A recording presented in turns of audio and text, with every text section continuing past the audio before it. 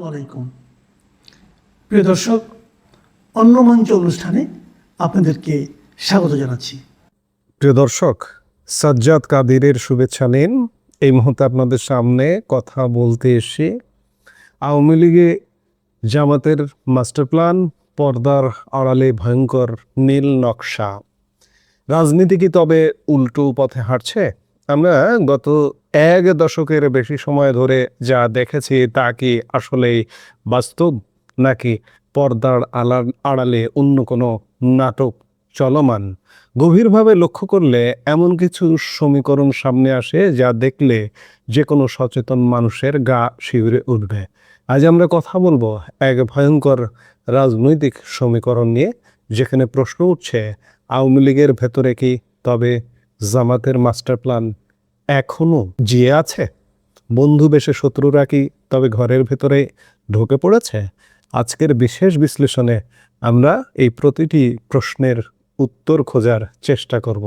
আওয়ামী লীগের ভেতরে জামাত ঢুকে আছে। আসলে আওয়ামী লীগ যখন ক্ষমতায় ছিল তখন থেকেই জামাত আওয়ামী লীগের মধ্যে আছে। আওয়ামী লীগ প্রধান শেখ হাসিনা, প্রধানমন্ত্রী শেখ হাসিনার অফিস, প্রধানমন্ত্রীর কার্যালয়, প্রধানমন্ত্রীর বাসভবন, গণভবন, কোথাও জামাত শিবির ঢোকা বাকি ছিল না। এই যে সাম্প্রতিক সময় একটা ছবি ভাইরাল হয়েছে, আপনারা নিশ্চয়ই দেখেছেন, জামাত আমিরের উপদেষ্টা, যিনি পররাষ্ট্র মন্ত্রীকে একটি চিঠি দিয়েছিলেন মন্ত্রীর মর্যাদায় উপদেষ্টা হবার জন্য, এবং জামাত তাকে অপসারণ করেছে। সেই ব্যক্তি, আপনি দেখুন যে সোশ্যাল মিডিয়ায় ঘুরে বেড়াচ্ছে ফেসবুকে, যে তিনি শেখ হাসিনার আশপাশে কত ক্লোজ ছবিতে তাকে দেখা যাচ্ছে। এই জামাত আমিরের উপদেষ্টাকে শেখ হাসিনার পাশে কে নিয়ে গেছে? একদিন না, একাধিক ছবিতে, বিভিন্ন ছবিতে তাকে দেখা যাচ্ছে আওয়ামী লীগের নীতি নির্ধারণ পর্যায়ের ব্যক্তিবর্গের সাথে। সাবেক ডেপুটি স্পিকার শামসুল হক টপুর সঙ্গে তাকে দেখা যাচ্ছে, যুবলীগের প্রেসিডেন্ট শেখ পরশের সাথে তাকে দেখা যাচ্ছে, শেখ হাসিনার সাথে দেখা যাচ্ছে। আসলে সত্যিকার অর্থে আওয়ামী লীগের ভেতর জামাত এভাবেই ঢুকেছিল, এবং এখনো যদি বলেন যে জামাত এখনো ঢুকে নেই, তাহলে বোকার স্বর্গে বসবাস করছেন। আওয়ামী লীগের এতটা চাহিদা, বাংলাদেশ এতটা আওয়ামী লীগকে চাইছে। এই যে একটা নির্বাচন হয়ে গেল, নির্বাচনের আগে থেকে আওয়ামী লীগকে চাইছিল বাংলাদেশ। আওয়ামী লীগ নির্বাচনে আসুক, ইউনূস সরকারের দুঃশাসনে অতিষ্ঠ হয়ে গিয়েছিল। একটা পর্যায়ে মানুষ বলছিল যে আমরা আগেই ভালো ছিলাম। বিএনপি কেবল সরকার গঠন করেছে 9 দিন, 90 দিন যেতে দিন, দেখুন কি অবস্থা হয়। আবারও চাইবে আওয়ামী লীগ আসুক, আমরা আগেই ভালো ছিলাম। কিন্তু আওয়ামী লীগ যে পথে আছে সেই পথ থেকে এখনো বাংলাদেশের মাটি আওয়ামী লীগকে চায়, বাংলাদেশের জনগণ আওয়ামী লীগকে চায়, তৃণমূলের ত্যাগী মানুষগুলো চায় যে আবার আওয়ামী লীগ আসুক, বাংলাদেশ ভালো থাকে, তারা ভালো থাকে। কিন্তু আওয়ামী লীগ আসবে কিভাবে? এখনো জামাতি মাস্টার প্ল্যানের মধ্যে আওয়ামী লীগ বসবাস করে। বড় প্রশ্ন, ছদ্মবেশের রাজনীতি। বর্তমানে যা পরিস্থিতি, তাতে মনে হওয়াটা অস্বাভাবিক নয় যে আওয়ামী লীগের এক বিশাল অংশ মনে প্রাণে স্বাধীনতা বিরোধী পাকিস্তানি আদর্শের জামাতি রাজনীতি লালন করছে।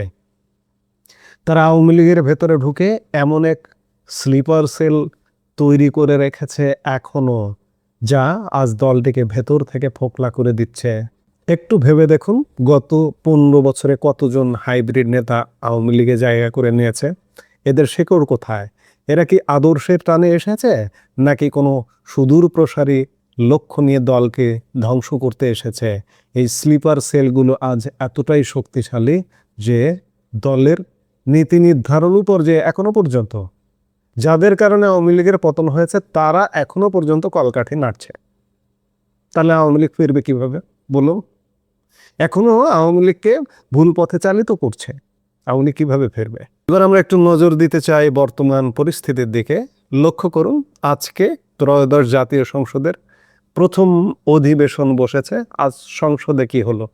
রাষ্ট্রপতির ভাষণের সময় জামাত জোটের সেই চিরচেনা ওয়াক আউট, বাইরের রাজপথে গত 1.5 বছর ধরে রাষ্ট্রপতির পদত্যাগের যে জিগির তারা তুলেছিল, তাতে তারা আজ অনেকটা সফল। কিন্তু এখানে সবচেয়ে অবাক করার মতো বিষয় কি জানেন? সোশ্যাল মিডিয়ায় নজর দিলে দেখবেন একদল তথাকথিত আওয়ামী পাতি নেতাকর্মী আর জামাতের সুর এখন হুবহু এক। যে সুরে জামায়াত কথা বলছে ঠিক সেই সুরে এই পাতি নেতারাও গলা মেলাচ্ছে। ইস্যুটা কি? ইস্যু হলো মন্ত্রিপরিষদ বিভাগের লিখে দেওয়া ভাষণ। উন্মাদনা কি? উন্মাদনা হলো রাষ্ট্রপতির পদত্যাগ। ফলাফল দুই পক্ষই যেন এখন একই বৃন্তের দুটি ফুল। যারা চিরশত্রু হওয়ার কথা তারা আজ একই লক্ষ্যে কাজ করছে।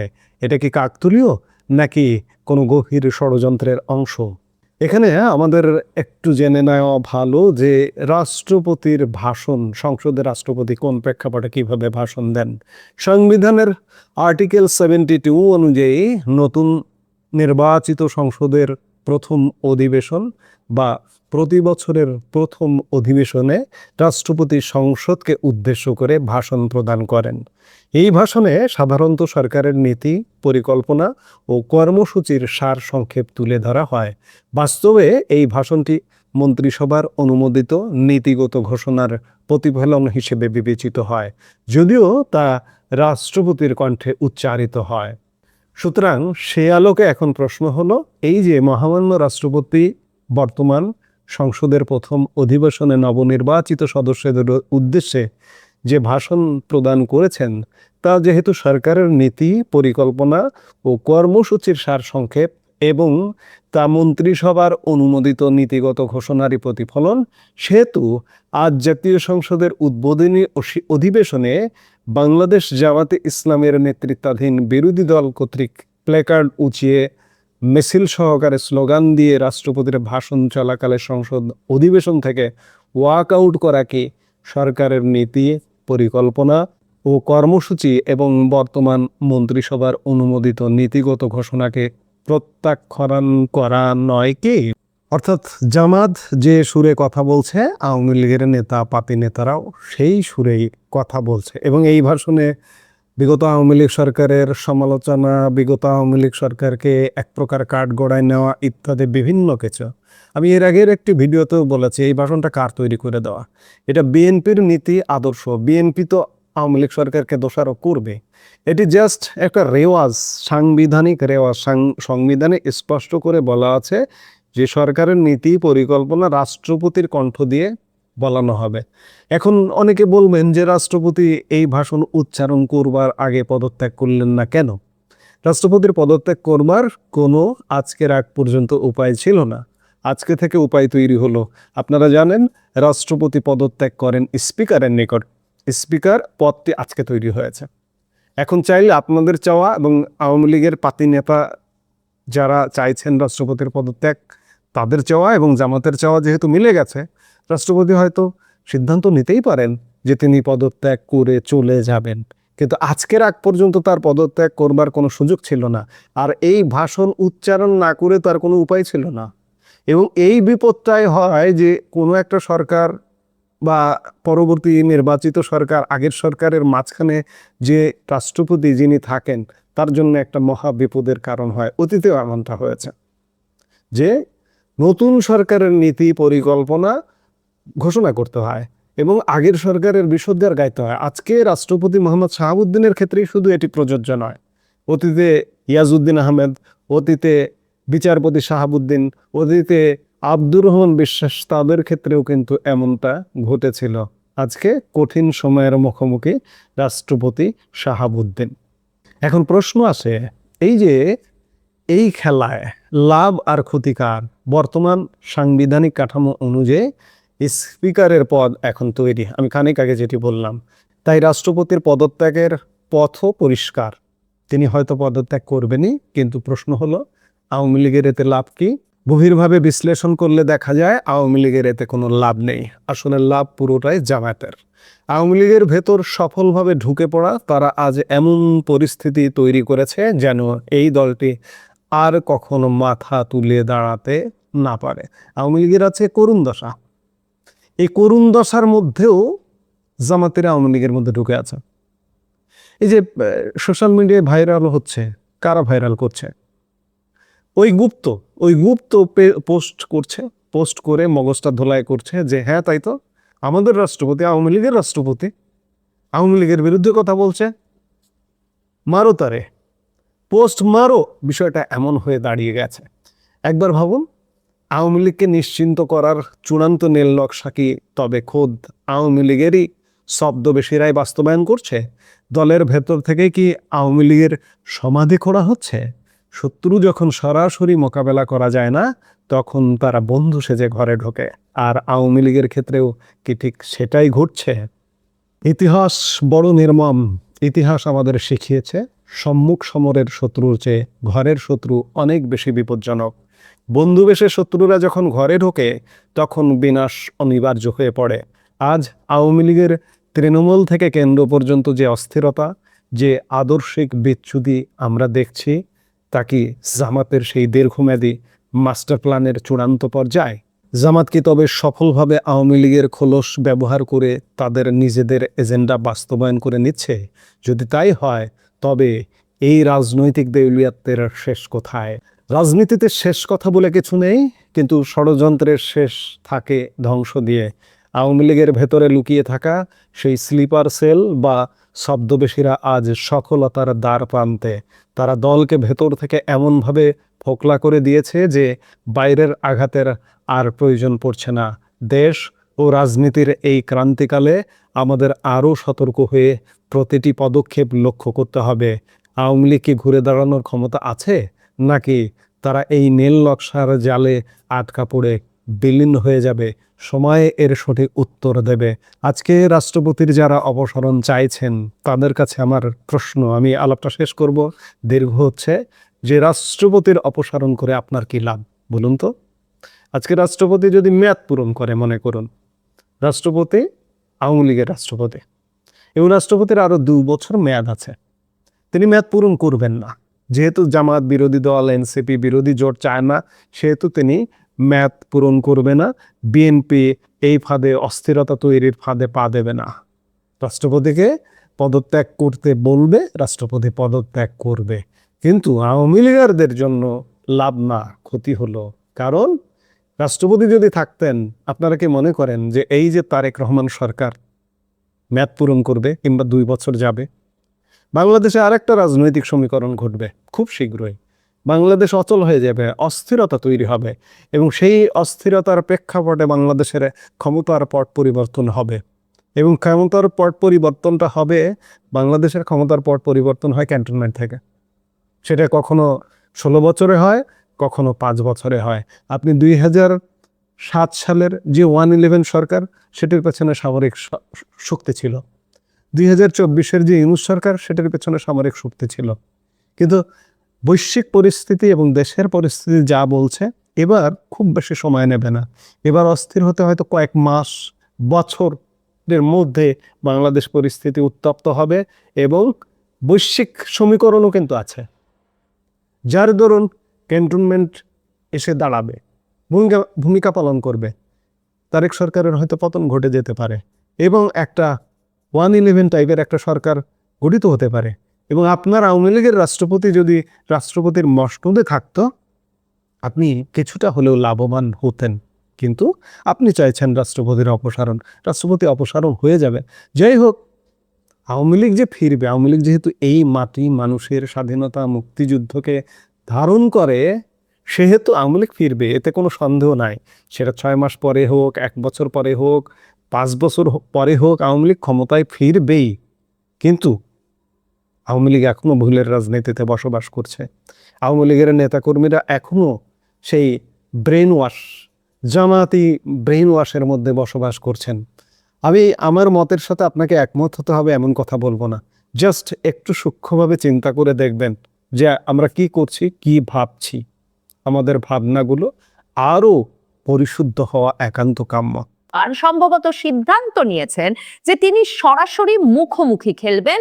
তিনি জামায়াতে ইসলামী যাতে আর কখনো ভুলেরও তার বিরুদ্ধে ইলেকশন ইঞ্জিনিয়ারিং এর অভিযোগ, তার বিরুদ্ধে তদন্তের দাবি, এসব নিয়ে রাজপথ কিংবা সংসদ শুরু হতে যাচ্ছে, সংসদ গরম করার কথা কখনো না ভাবে, কাজেই তিনি শায়েস্তা করে ছাড়বেন জামায়াতে ইসলামীর শীর্ষ নেতাকে। প্রধানমন্ত্রী তারেক রহমানের মন্ত্রিসভায় পররাষ্ট্রমন্ত্রী খলিলুর রহমান হচ্ছেন সেই ব্যক্তি, যেই ব্যক্তিকে যখন ডক্টর ইউনূস নিয়োগ দিয়েছিলেন জাতীয় নিরাপত্তা উপদেষ্টা হিসেবে, আমাদের সবার মনে আছে বিএনপির নেতারা সোচ্চার হয়ে উঠেছিলেন যে কিভাবে একজন বিদেশি নাগরিককে ইউনূস সাহেব জাতীয় নিরাপত্তা উপদেষ্টা হিসেবে নিয়োগ দিয়ে বাংলাদেশের সশস্ত্র বাহিনীর স্পর্শকাতর তথ্যগুলো বিদেশিদের কাছে ফাঁস করে দেওয়ার ব্যবস্থা করছে। তখন খলিলুর রহমান ওই মন্তব্যে কিছুমাত্র বিচলিত না হয়ে পাল্টা সংবাদ সম্মেলন ডেকেছিলেন এবং সংবাদ সম্মেলন ডেকে বলেছিলেন তিনি দীর্ঘদিন আমেরিকায় থাকায় যদি বিএনপি তাকে বিদেশি নাগরিক বলে, তাহলে তিনিও তারেক রহমানকে দীর্ঘ সময় ধরে যুক্তরাজ্যে থাকায় বিদেশি নাগরিক হিসেবে অভিহিত করবেন।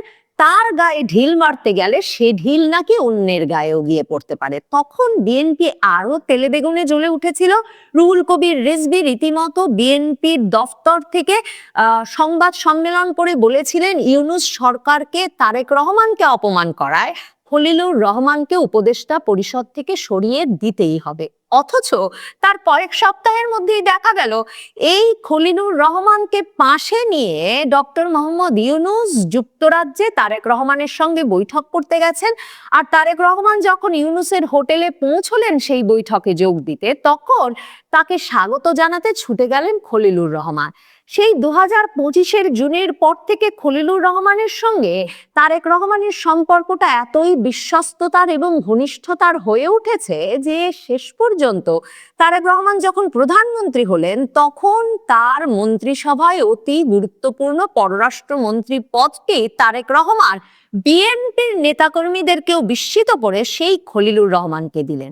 খলিলুর রহমান হয় তারেক রহমানের কাছে অত্যন্ত বিশ্বস্ত, ঘনিষ্ঠ এবং তারেক রহমানের জন্য এমন কিছু করেছেন যে কারণে তারেক রহমানের নিশ্চয়ই সেই কৃতজ্ঞতা প্রকাশ প্রয়োজনীয় হয়ে পড়েছিল। আর না হলে অনেকেই যেটা মনে করেন বা যেই ইঙ্গিত একেবারে স্পষ্টভাবে পাওয়া যায় সেটা হচ্ছে যুক্তরাষ্ট্র, ভারত সহ পৃথিবীর শক্তিশালী দেশগুলোর সঙ্গে খলিলুর রহমানের বা শক্তিশালী দেশগুলোর বিভিন্ন কর্মকর্তার সঙ্গে খলিলুর রহমানের সক্রিয় সম্পর্ক, যুক্তরাষ্ট্রের সঙ্গে বাণিজ্য চুক্তি সম্পাদন, ভারতের জাতীয় নিরাপত্তা উপদেষ্টা অজিত দোভালের সঙ্গে আলোচনার সম্পর্ক, এ সব কারণেই খলিলুর রহমানের ক্ষমতার কেন্দ্র আসলে এই বিএনপি, জামায়াত বা বাংলাদেশের রাজনীতির চাইতে অনেক উঁচুতে অবস্থিত। কাজেই তাকে বিচলিত করা, বিব্রত করা, শায়েস্তা করা একেবারেই সহজ কাজ নয়। জামায়াতে ইসলামী সেই ভুল কাজটি করতে গিয়েছিল। জামায়াতে ইসলামী সম্প্রতি ইউনূস সরকারের আরেক উপদেষ্টা সৈয়দা রিজওয়ানা হাসান যখন সংবাদ মাধ্যমে সাক্ষাৎকার দিয়ে বলে বসলেন যে তারা এটা নিশ্চিত করেছেন যে বাংলাদেশে যাতে কোনো চরমপন্থী, উগ্রপন্থী গোষ্ঠী যারা নারী অধিকার, নারীবাদের বিরুদ্ধে তারা ক্ষমতার মেইনস্ট্রিমে চলে না আসতে পারে, এটা তারা নির্বাচনে নিশ্চিত করেছেন। এ কথা শুনে জামায়াতে ইসলামী সংবাদ সম্মেলন করে এই দাবি জানালো যে রীতিমতো ইলেকশন ইঞ্জিনিয়ারিং যে হয়েছে 12ই ফেব্রুয়ারির নির্বাচনে, যে নির্বাচনে তাদেরকে ঠেকিয়ে দেওয়ার ব্যবস্থা করেছেন বলে সৈয়দা রিজওয়ানা হাসান রীতিমতো সংবাদ মাধ্যমের সামনে দাবি করেছেন, সেই ইলেকশন ইঞ্জিনিয়ারিং এর রাজসাক্ষী হিসেবে সৈয়দা রিজওয়ানা হাসানকে যেমন চিহ্নিত করা যায়, তেমনি তারা সেই সংবাদ সম্মেলনে ঘোষণা দিলেন যে তারা মনে করেন লন্ডন কনস্পিরেসির হোতা হচ্ছেন খলিলুর রহমান এবং খলিলুর রহমান প্রশাসনকে ব্যবহার করে ইউনূস সরকার থেকে বিএনপিকে নির্বাচনে জিতিয়ে আনতে সকল কারসাজি করেছেন বলেই তার পুরস্কার হিসেবে তারেক রহমান তাকে পররাষ্ট্রমন্ত্রী করেছে। কাজেই সরকারকে এখনই জানাতে হবে কি করে তারা খলিলুর রহমান আর সৈয়দা রিজওয়ানা হাসান, যারা ইলেকশন ইঞ্জিনিয়ারিং এর কেন্দ্রে অবস্থান করছিল, তাদের জিজ্ঞাসাবাদ করবে, তাদের বিষয়ে তদন্ত করবে এবং সেই তদন্তের ফলাফল জামায়াতে ইসলামী সহ জনগণকে জানাবে। এহেন দাবি করবার পর এবং তারপর শুক্রবারে বাদ-জুমা বায়তুল মুকাররমের গেইটে রিজওয়ানা হাসান এবং খলিলুর রহমানের বিরুদ্ধে তদন্তের দাবিতে সমাবেশ করে ফেলার পর খলিলুর রহমান সম্ভবত মনে করেছেন যে এখন জামায়াতে ইসলামীকে তার যথাযথভাবে শায়েস্তা করা প্রয়োজনীয় হয়ে পড়েছে। ওদিকে জামায়াতে ইসলামীর আমিরও একটা এমন বেফাঁস আর আজগুবি কাজ করে বসেছেন, আমি জানি না, এখনো বুঝতে পারছি না কার পরামর্শে কিংবা কোন বিবেচনায়, কিন্তু এমন এক বেফাঁস কাজ করে বসেছেন যে তা দিয়ে যে বিব্রত করা, শায়েস্তা করা শতভাগ সম্ভব সেটা দেশে বিদেশে শীর্ষ পর্যায়ে কূটনীতি করে আসা খলিলুর রহমানের পক্ষে বোঝা একেবারেই খুবই স্বাভাবিক একটা বিষয় ছিল। জামায়াতে ইসলামীর আমির একটা আজগুবি চিঠি পাঠিয়েছিলেন বিরোধী দলীয় নেতার দফতরের প্যাডে পররাষ্ট্র মন্ত্রণালয়ে পররাষ্ট্রমন্ত্রী বরাবর। সেই চিঠিতে তার স্বাক্ষর ছিল এবং সেই চিঠিতে তিনি পররাষ্ট্রমন্ত্রীকে অনুরোধ করছেন যাতে তিনি পররাষ্ট্র মন্ত্রণালয়ে মন্ত্রী পদমর্যাদায় জামায়াত আমিরের পররাষ্ট্র বিষয়ক উপদেষ্টা একজন অধ্যাপক মাহমুদুল হাসান তাকে নিয়োগ দেন। মানে বিরোধী দলীয় নেতা জামায়াতে ইসলামীর আমির তিনি পররাষ্ট্রমন্ত্রীকে চিঠি লিখছেন যাতে তিনি পররাষ্ট্র মন্ত্রণালয়ে আরেকজন মন্ত্রীকে নিয়োগ করে দেন। মানে এই পুরো আজগুবি চিঠিটার যখন কোনো অর্থ খুঁজে পাওয়া যায় না, তখন এটা মনে রাখা অত্যন্ত গুরুত্বপূর্ণ যে প্রথম আলো যে মঙ্গলবার দিন এই চিঠিটির কথা পররাষ্ট্র মন্ত্রণালয়ের সূত্রে জেনে ফাঁস করলো, যেখানে তারা বলল যে পররাষ্ট্র মন্ত্রণালয়ে নিজের উপদেষ্টার পদায়ন চান বিরোধী দলীয় নেতা, যেই খবরে তারা জানালো যে এই চিঠি এসেছে বিরোধী দলীয় নেতার দফতর থেকে, যেখানে তারা জানালো এই চিঠিতে জামায়াত আমিরের স্বাক্ষর আছে, যেখানে তারা সুনির্দিষ্টভাবে জানালো যে জামায়াতে ইসলামী আমির নিজের উপদেষ্টার পদায়ন পররাষ্ট্র মন্ত্রণালয়ে চাচ্ছেন উপদেষ্টা বা অন্য কোন রকম ক্যাপাসিটিতে না, তিনি সরাসরি মন্ত্রী পদে এই জামায়াতের উপদেষ্টাকে নিয়োগ দেওয়ার অনুরোধ করেছেন।